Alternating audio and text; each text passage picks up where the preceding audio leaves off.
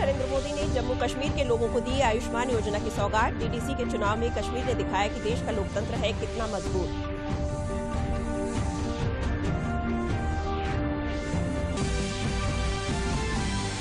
गृह मंत्री अमित शाह ने कहा कि असम की घुसपैठ और बाढ़ की समस्या का समाधान करेगी भाजपा। इस अवसर पर विरोधी दलों पर भी किए गए कड़े प्रहार।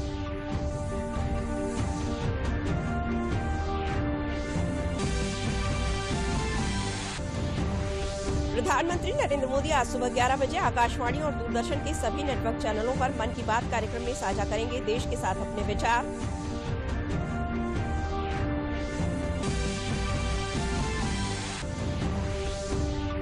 और अपर मुख्य सचिव स्वास्थ्य अमित मोहन ने कहा कि प्रदेश में 1200 नए मामले आए सामने। कोरोना संक्रमण से ठीक होने की दर 95.84% हुई।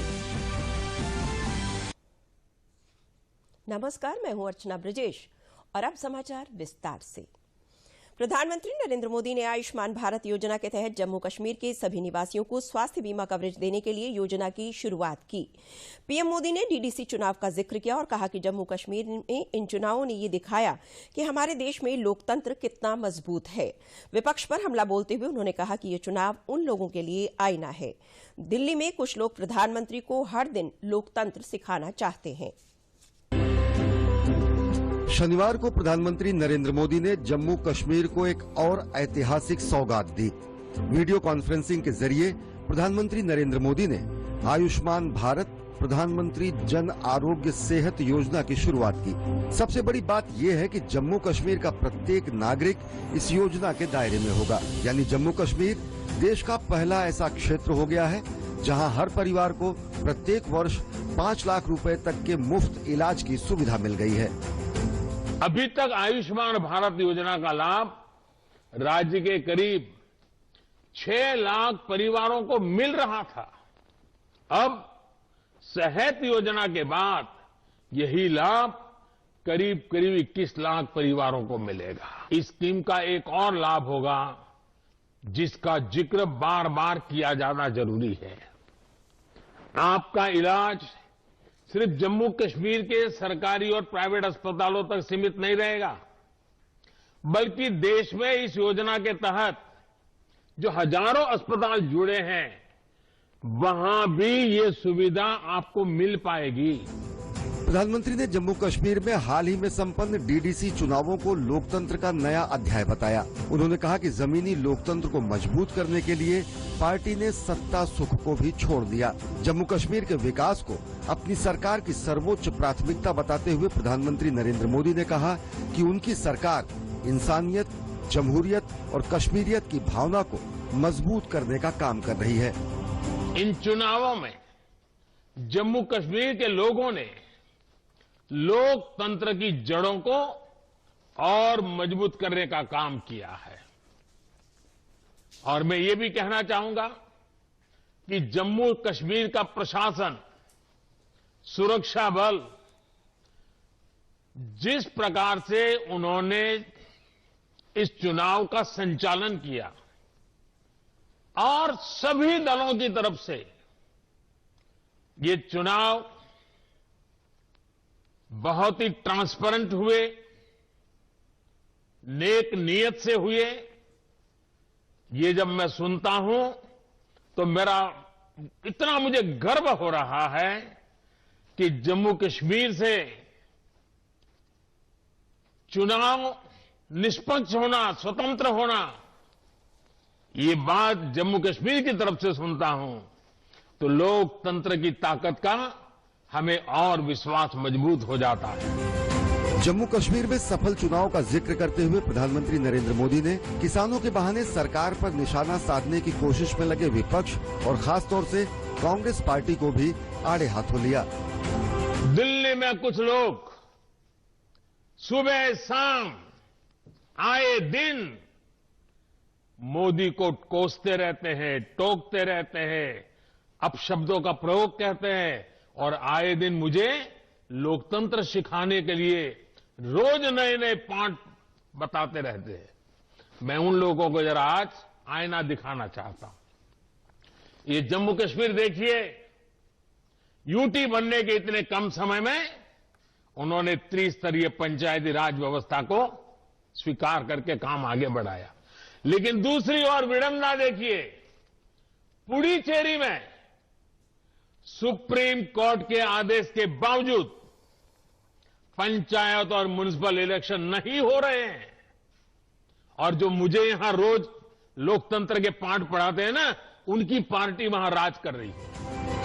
इस मौके पर केंद्रीय गृह मंत्री अमित शाह ने कहा कि प्रधानमंत्री नरेंद्र मोदी के नेतृत्व में क्षेत्र के विकास को नई गति मिली है। केंद्रीय गृह मंत्री ने कहा कि अनुच्छेद 370 हटने के बाद क्षेत्र में सुरक्षा और शांति का माहौल भी बेहतर हुआ है। शांति के बगैर विकास असंभव है। शांति के बगैर टूरिज्म पनप पाना असंभव है। आज मैं बहुत भरोसे से कह सकता हूं कि 2014 से 2020 का ये 6 साल का कालखंड रहा है, वो जम्मू कश्मीर में लंबे समय के बाद 90 के दशक के बाद शांतिपूर्ण कालखंड के रूप में आने वाले दिनों में जाना जाएगा। कार्यक्रम में प्रधानमंत्री नरेंद्र मोदी ने ये भी कहा कि नए कृषि सुधारों ने जम्मू कश्मीर में फूड प्रोसेसिंग इंडस्ट्री के लिए नए अवसर पैदा किए हैं। इससे हजारों लोगों को रोजगार और स्वरोजगार के मौके मिलने वाले हैं। उन्होंने कहा कि महिला सशक्तिकरण हो या युवाओं के लिए अवसर की बात हो, कमजोर तबके के लिए कल्याण का लक्ष्य हो या फिर लोगों के संवैधानिक और बुनियादी अधिकार, केंद्र सरकार जम्मू कश्मीर की भलाई के लिए हर संभव फैसले ले रही है। गुवाहाटी में कई योजनाओं के सिलसिले में पहुंचे केंद्रीय गृह मंत्री अमित शाह विरोधियों पर भी जमकर बरसे। उन्होंने कहा कि असम में 2 समस्याएं प्रमुख हैं, पहले घुसपैठ और दूसरी बाढ़। बीजेपी ही इकलौती ऐसी पार्टी है जो राज्य में घुसपैठ की समस्या को पूरी तरह से खत्म कर सकती है। पूर्वोत्तर दौरे पर असम के गुवाहाटी पहुंचे केंद्रीय गृह मंत्री अमित शाह ने राज्य को विकास परियोजनाओं की सौगात तो दी ही, इसके साथ ही वे अपने विरोधियों पर भी जमकर बरसे। उन्होंने असम में घुसपैठ और बाढ़ की समस्याओं का जिक्र करते हुए कहा कि भाजपा ही एक ऐसी पार्टी है जो राज्य में घुसपैठ को पूरी तरह से खत्म कर सकती है। असम की सबसे बड़ी समस्या 2 ही है, घुसपैठ और बाढ़। ये कांग्रेस और बाकी सारे इन्ना गुन्ना दल है, वो घुसपैठ रोक सकते हैं क्या? जरा बताइए। घुसपैठ भारतीय जनता पार्टी की सरकार ही रोक सकती है। नरेंद्र मोदी के नेतृत्व में भाजपा सरकार ही घुसपैठ को रोक सकती है। गृह मंत्री ने कहा कि एक जमाने में यहाँ के सारे राज्यों में अलगाववादी अपना एजेंडा चलाते थे, युवाओं के हाथों में बंदूक पकड़ाते थे। आज वो सभी संगठन मुख्य धारा में शामिल हो चुके हैं। एक जमाने में सारे राज्यों के अंदर सेपरेटिस्ट अपना एजेंडा चलाते थे, युवाओं के हाथ में बंदूक पकड़ाते थे। आज सारे हथियारी ग्रुप धीरे धीरे धीरे मुख्य प्रवाह के अंदर शामिल हो गए हैं और आज युवा अपने नए स्टार्टअप के साथ, विश्व भर के युवा के साथ स्पर्धा कर अपने अष्टलक्ष्मी को भारत की अष्टलक्ष्मी बनाने की दिशा में आगे बढ़ रहे हैं। दिल्ली और उसके आसपास हो रहे किसान आंदोलन को लेकर गृह मंत्री ने चर्चा कर समाधान ढूंढने की अपील की। कुछ लोग कृषि सुधारों के लिए बड़ा आंदोलन कर रहे हैं। मैं सभी को आज के मौके पर अपील करना चाहता हूं कि आप मेन स्ट्रीम के अंदर आइए, सरकार के साथ चर्चा करिए और सरकार के साथ चर्चा कर समस्या का समाधान ढूंढिए। केंद्रीय गृह मंत्री ने असम के लिए कई मेगा परियोजनाओं की शुरुआत की, जिसमें असम दर्शन योजना भी शामिल है। इसके तहत 8000 नाम घर लोगों को 2.50 लाख रुपए की वित्तीय सहायता देना शामिल है। इसके अलावा गृह मंत्री ने गुवाहाटी में दूसरे मेडिकल कॉलेज की आधारशिला, शहर में 3 फ्लाईओवर, राज्य के लिए 9 लॉ कॉलेज, अमृतसर के स्वर्ण मंदिर की तर्ज पर संत श्रीमंत शंकर देव द्वारा स्थापित एक अत्यंत प्रतिष्ठित धार्मिक स्थान व्रत दवाखान को बढ़ावा देने की परियोजनाओं की भी शुरुआत की। प्रधानमंत्री नरेंद्र मोदी आज सुबह 11 बजे आकाशवाणी पर मन की बात कार्यक्रम में लोगों के साथ अपने विचार साझा करेंगे। ये कार्यक्रम आकाशवाणी और दूरदर्शन के सभी नेटवर्क और आकाशवाणी समाचार की वेबसाइट www.newsonier.com और न्यूज ऑन मोबाइल ऐप पर भी प्रसारित किया जाएगा। आकाशवाणी, दूरदर्शन समाचार, प्रधानमंत्री कार्यालय, सूचना और प्रसारण मंत्रालय के YouTube चैनल पर भी इसका लाइव स्ट्रीम किया जाएगा। आकाशवाणी से हिंदी प्रसारण के तुरंत बाद इसका क्षेत्रीय भाषाओं में प्रसारण होगा। रात 8 बजे इसका दोबारा प्रसारण किया जाएगा। राष्ट्रपति रामनाथ कोविंद ने शनिवार को दीव में कई परियोजनाओं का शिलान्यास और उद्घाटन किया। इनमें दीव के IIT वडोदरा अंतर्राष्ट्रीय परिसर के पहले शैक्षणिक सत्र का उद्घाटन, खोखला के कमलेश्वर स्कूल का उद्घाटन, सौदवाड़ी में एक स्कूल के निर्माण के लिए आधारशिला, दीव सिटी वॉल पर 1.3 किलोमीटर हेरिटेज वॉक वे में सुधार, धरोहर स्थलों और जंपा एवं बाजार का संरक्षण एवं मोहरे की बहाली, फोर्ट रोड पर फल एवं सब्जी बाजार का उन्नयन, दीव जिले के पूरी शहरी और ग्रामीण क्षेत्रों के लिए एकीकृत नगरपालिका ठोस अपशिष्ट प्रबंधन प्रणाली के लिए विकास परियोजना का उद्घाटन शामिल है। राष्ट्रपति आज लाइट एंड साउंड शो का उद्घाटन करने के लिए दीव फोर्ट का दौरा करेंगे। दीव में राष्ट्रपति ने कहा कि शिक्षा को लेकर दमन एवं दीव की जनता की जागरूकता सराहनीय है। दीव के गवर्नमेंट कॉलेज में 50% जबकि पॉलिटेक्निक में 90% लड़कियों ने दाखिला लिया है, जिसके लिए दीव की जनता बधाई की पात्र है। शिक्षा ही मानव विकास का आधार होता है। इसलिए दीव में एजुकेशन हब स्थापित करने की संकल्पना सराहनीय है। यहाँ एक ही परिसर के अंदर स्कूल व कॉलेज से लेकर उच्च शिक्षा तक की सुविधाएं दी जा रही हैं। मुझे बताया गया है कि गवर्नमेंट कॉलेज में 50% से अधिक और पॉलिटेक्निक में 90% से अधिक बेटियों ने नामांकन कराया है। बेटियों की शिक्षा, विशेषकर वोकेशनल एजुकेशन के प्रति आप सबकी जागरूकता के लिए मैं आप सभी को बधाई देता हूं। प्रदेश के अपर मुख्य सचिव सूचना नवनीत सहगल ने प्रेस वार्ता में कहा कि प्रदेश में कोरोना संक्रमण में कमी आ रही है, फिर भी सभी को सावधानी बरतने की आवश्यकता है। उन्होंने लोगों से अपील की है कि मास्क पहनें, हाथ साबुन से धोते रहें, सैनिटाइजर का प्रयोग करें और भीड़भाड़ वाले इलाकों में जाने से बचें। उन्होंने बताया कि पड़ोसी राज्य दिल्ली में संक्रमण बढ़ने से सीमावर्ती जनपदों में कुछ केस बढ़े थे। उन्होंने बताया कि प्रदेश का ये बड़ा अचीवमेंट है कि पूरी व्यवस्था में शुरू में मार्च में 72 टेस्ट प्रतिदिन करने की क्षमता थी, जो अब बढ़कर 1,90,000 टेस्ट प्रतिदिन किया जा रहा है। इसी अनुसार टेस्ट प्रतिदिन किए जा रहे हैं। उन्होंने बताया कि अब तक 2.32 करोड़ से अधिक कोविड-19 के टेस्ट किए जा चुके हैं, जो कि पूरे देश में अब तक का सर्वाधिक है। मिशन रोजगार के अंतर्गत प्रदेश में युवाओं में को अधिक से अधिक रोजगार के अवसर उपलब्ध कराने की एक कार्य योजना पर काम चल रहा है। माननीय मुख्यमंत्री जी ने समीक्षा की है। सभी आयोगों को, निगमों को, परिषदों को, विभागों को निर्देशित किया है तथा उसकी लगातार समीक्षा भी चल रही है कि उनके यहाँ जितनी रिक्तियां हैं उन रिक्तियों को शीघ्र भरने की प्रक्रिया तेज की जाए और पारदर्शी तरीके से ये रिक्तियों को भरने की प्रक्रिया की जाए। और ये 4 लाख नौकरियां 4 साल में देने का लक्ष्य है, जो कि लगभग पूरा हो रहा है। और इस प्रक्रिया को और इस अभियान को तेजी से अगले वर्ष इसको और तेजी से आगे बढ़ाया जाएगा। प्रदेश के अपर मुख्य सचिव स्वास्थ्य अमित मोहन प्रसाद ने प्रेस वार्ता में बताया कि प्रदेश में कोरोना संक्रमण के 1,102 नए मामले सामने आए हैं और 1,368 कोरोना संक्रमित मरीज उपचार के बाद पूरी तरह से ठीक होकर डिस्चार्ज किए गए हैं। प्रदेश में 15,875 कोरोना के सक्रिय मामले हैं। उन्होंने बताया कि अब तक कुल 5,56,912 कोरोना संक्रमित मरीज कोविड-19 से ठीक होकर डिस्चार्ज हो चुके हैं, जिसके बाद प्रदेश में कोविड-19 की रिकवरी दर बढ़कर 95.84% हो गई है। कोरोना के संक्रमित मरीजों में से 8,293 लोगों की मृत्यु हुई है।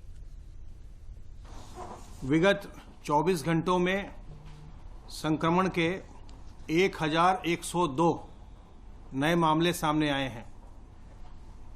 इसी अवधि में डिस्चार्ज होकर स्वस्थ होने वालों की संख्या 1,368 है। इस समय एक्टिव इन्फेक्शन की संख्या घटकर के 15,875 हो गई है। संक्रमण के पश्चात जो अब तक कुल संक्रमित व्यक्ति स्वस्थ हुए हैं और डिस्चार्ज हुए हैं, उनकी संख्या अब बढ़कर के 5,56,912 हो गई है। और रिकवरी का प्रतिशत इस समय प्रदेश में 95.84% चल रहा है, 95.84%। संक्रमित लोगों में से कुल 8,293 व्यक्तियों की आज तक मृत्यु हुई है।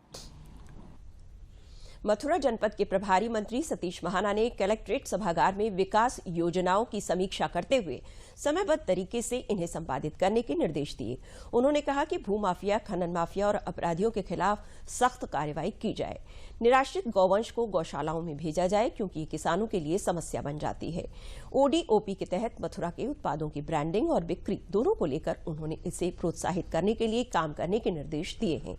इस अवसर पर उन्होंने कोविड-19 की समीक्षा करते हुए कहा कि इसकी रिकवरी दर 95.07% है, जबकि मृत्यु दर केवल 1% है। लेकिन इससे बचाव के लिए लोगों को सचेत रहना होगा। इस अवसर पर सतीश महाना ने कहा कि अनियमितता बरतने वाले अधिकारियों के खिलाफ सख्त कार्रवाई जारी रहेगी। मुख्यमंत्री जी के द्वारा जो सस्पेंड कर दिया गया उसके ऊपर क्या बताना है? अगर किसी ने गड़बड़ किया और माननीय मुख्यमंत्री जी का जो निर्णय है वही है निर्णय, उसके ऊपर कुछ देखिए, जहां जहां की शिकायत मिलती है, जहां जहां संज्ञान में आता है, किसी को भी किसी भी विभाग में भ्रष्टाचार करने का कोई अधिकार नहीं है। लेकिन अगर कोई साहस कर सकता है और ये बात संज्ञान में आती है तो उसके खिलाफ भी वही कार्रवाई होगी जो किसी एक अधिकारी के खिलाफ नहीं। केंद्रीय मंत्री स्मृति ईरानी ने गौरीगंज के जवाहर नवोदय विद्यालय परिसर में अमेठी जनपद में 80 करोड़ की लागत से बनी सड़कों का लोकार्पण और शिलान्यास किया। इस अवसर पर दिव्यांगों को ट्राईसाइकिल और खादी ग्रामोद्योग की ओर से अपना रोजगार शुरू करने वाले लोगों को 10 लाख रुपए के चेक प्रदान किए गए। उन्होंने कहा कि आने वाले समय में रायबरेली में भी कमल खिलेगा। इस अवसर पर उप मुख्यमंत्री केशव प्रसाद मौर्य ने कहा कि अमेठी के लोग भाग्यशाली हैं कि उनको स्मृति ईरानी जैसा नेतृत्व मिला है, जो लगातार अमेठी वासियों के विकास की चिंता करती हैं।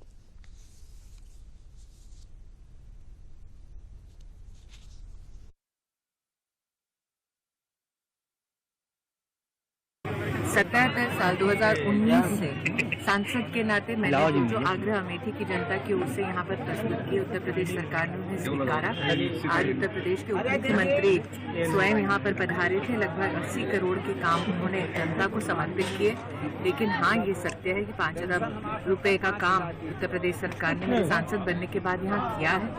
ये एक सत्य और भी है कि ये 5 दशकों तक कांग्रेस पार्टी का गढ़ रहा। लेकिन यहाँ पर चाहे पुल का निर्माण हो या सड़क का निर्माण हो अथवा जनधन खाता खोलना हो या गरीब का टॉयलेट बनाना हो, ये सभी काम तब संभव हुए जब अमेठी की जनता ने नरेंद्र मोदी और योगी जी को अपना आशीर्वाद दिया। 2017 से उत्तर प्रदेश में भाजपा की सरकार बनी है।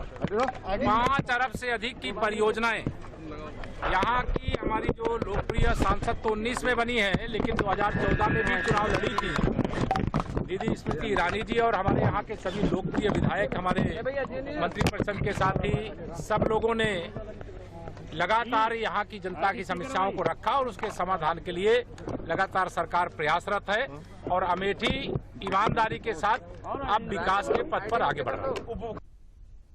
केंद्रीय श्रम एवं रोजगार मंत्री संतोष गंगवार ने बरेली में दूरदर्शन से बात करते हुए कहा कि सरकार ने श्रमिक कानूनों में बदलाव किया है। अब 44 श्रमिक कानूनों को बदलकर 4 कोड में कर दिया गया है। सरकार श्रमिक संगठनों के साथ मिलकर उनके हितों को ध्यान में रखकर कार्य कर रही है। कानून को लेकर सुझाव को मांगा गया है। कानून अंतिम प्रक्रिया में चल रहा है। 31 दिसंबर को मजदूर संगठन बात करेंगे तो वहीं 5 जनवरी को श्रमिक संगठन अपना सुझाव सरकार को देंगे। उन्हें लगता है कि 15 जनवरी के बाद श्रमिक कानून अपना अंतिम रूप ले लेगा। न श्रमिक के कानूनों में बदलाव हो गए। 44 कानूनों को 4 कोड्स में बदल दिया गया है। इस समय अंतिम प्रक्रिया में ये कानून चल रहे हैं कि उनमें जो कानून जोड़े जाने हैं, बातें जोड़ी जानी है, उसके हिसाब से लोगों से बात कर रहे हैं। कल भी मैंने दिल्ली में सारे मजदूर संगठनों के प्रतिनिधियों को बुलाया था और उनसे उनके सुझाव मांगे थे। 2 मजदूर संगठनों पर सुझाव देने की तारीख 31 तारीख है और बाकी 2 के ऊपर 5 तारीख है। तो इन 5 तारीख के बाद जो मजदूर संगठन सुझाव देंगे उन पर विचार करके 15 तारीख तक तय हो जाएगा और हमें उम्मीद करते हैं कि इस महीने के अंत होते होते इस प्रक्रिया को अंतिम रूप दे दिया जाएगा। प्रदेश में जाति सूचक लिखित वाहनों का सड़क पर चलना मुश्किल होगा। महाराष्ट्र की शिक्षिका द्वारा प्रधानमंत्री को लिखे गए पत्र में उत्तर प्रदेश के वाहनों पर जाति सूचक को लेकर शिकायत की गई थी और इसे सामाजिक ताने बाने के लिए खतरा बताया गया था। प्रधानमंत्री कार्यालय से मिले निर्देश के बाद परिवहन आयुक्त मुकेश चंद्र ने ऐसे वाहनों के खिलाफ अभियान चलाने के निर्देश दिए हैं। जाति सूचक संबोधन वाले वाहनों को धारा 177 के तहत चालान किया जा सकता है या बंद किया जा सकता है।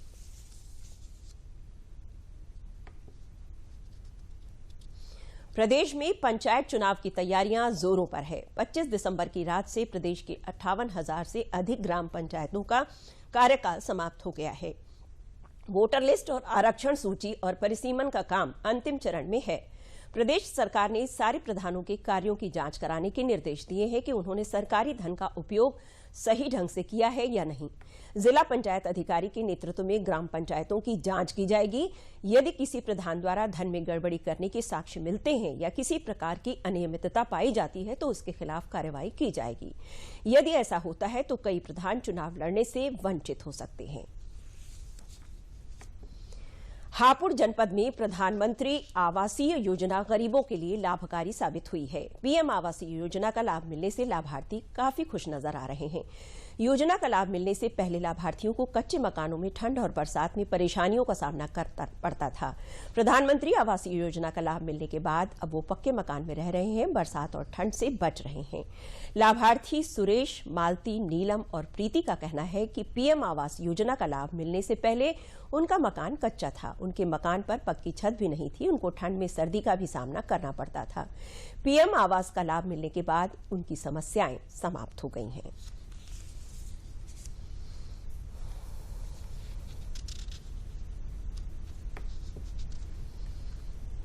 जी, हमारा कच्चा मकान था। जब से हमें ये पता लगा कि मोदी जी ने मकान बनवाए हैं तो हमने फार्म भरा। तो फार्म भर के हमने सुविधा कर ली, अपने लिए पक्का मकान बना लिया है।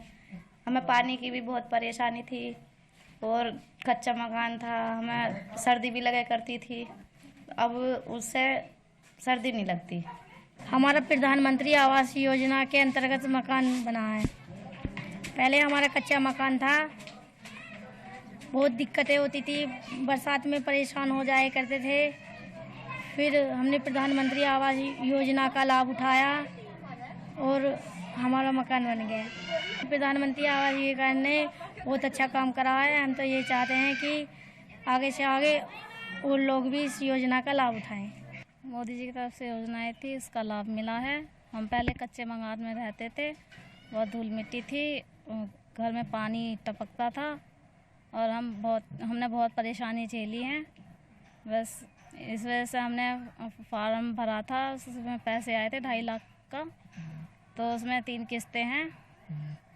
वो तीन किस्तों द्वारा हमें पैसा मिला है और हमने अब पक्का घर बनाया, उसी में हम रह रहे हैं। मोदी जी का हम बहुत धन्यवाद करना चाहते हैं। मैंने जो प्रधानमंत्री मोदी योजना से जो मकान बनाया है, अब से पहले मेरे मकान की स्थिति ऐसी थी कि जाड़ों में हमारे रहने का ठिकाना नहीं था, क्योंकि हमारा ठिकाना बिल्कुल ख़राब था।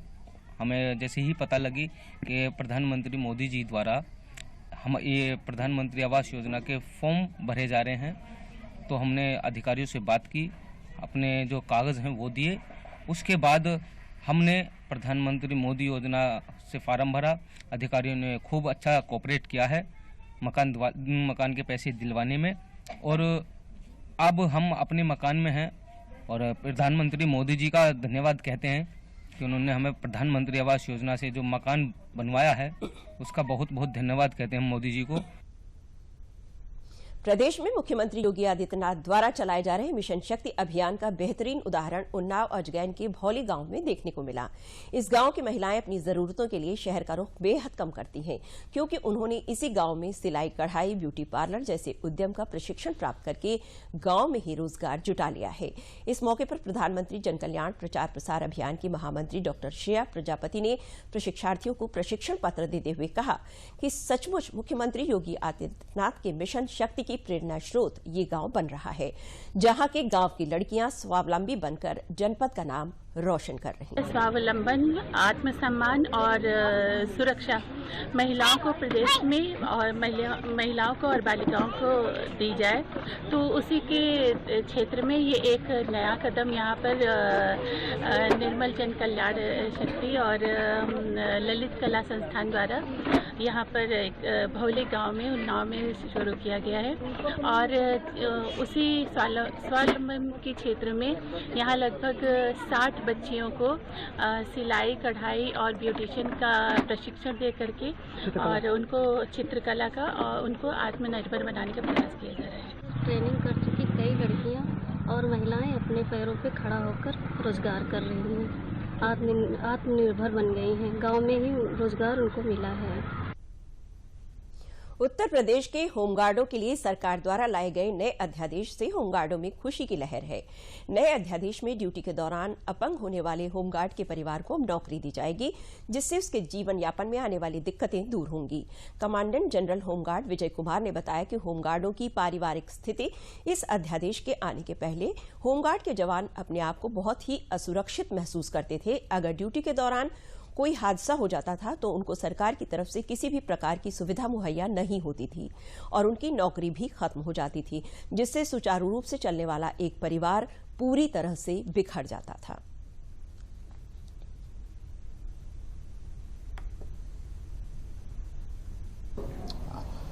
पूर्व में जो हमारे होमगार्ड अपंग हो जाते थे, उनकी ड्यूटी तो समाप्त हो जाती थी, लेकिन उनको किसी प्रकार की रिलीफ भी नहीं मिलती थी और किसी भी प्रकार के उनके आश्रितों को नौकरी नहीं मिलती थी। लेकिन इस अध्यादेश के बाद अब जो अपंग हो जाएंगे, जो ड्यूटी करने योग्य नहीं रहेंगे, उनके पात्र आश्रितों को नौकरी दी जाएगी, ताकि वह अपना उनको सपोर्ट किया, उनका परिवार अपने परिवार को सपोर्ट कर सकें और वो जीवन यापन कर सकें। ये बहुत अच्छी व्यवस्था है। इससे होमगार्ड्स में बहुत उत्साह है और जो और उत्साह से ड्यूटी करेंगे, अपने कर्तव्य पालन को ठीक से करेंगे, क्योंकि अब उन्हें ये सुनिश्चित होगा कि वो उनके आश्रितों को, पात्र आश्रितों को नौकरी मिलेगी। होमगार्ड के जवान उत्तर प्रदेश सरकार को बधाई देते थक नहीं रहे हैं और कह रहे हैं कि अभी तक उनकी कोई भी सुनने वाला नहीं था, लेकिन हमारे अधिकारियों की कोशिश और सरकार के इस अध्यादेश से अब जीवन सुरक्षित लगने लगा है।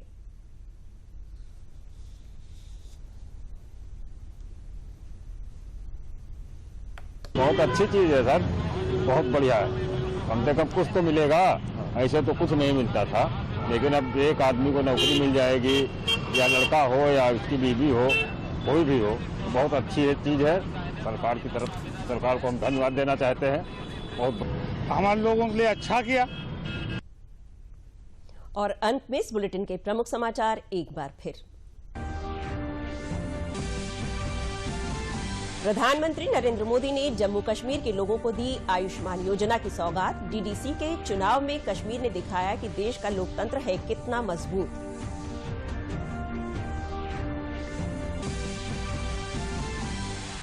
गृह मंत्री अमित शाह ने कहा कि असम की घुसपैठ और बाढ़ की समस्या का समाधान करेगी भाजपा।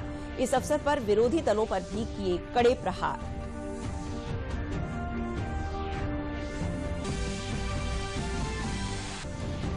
प्रधानमंत्री नरेंद्र मोदी आज सुबह 11 बजे आकाशवाणी और दूरदर्शन के सभी नेटवर्क चैनलों पर मन की बात कार्यक्रम में साझा करेंगे देश के साथ अपने विचार।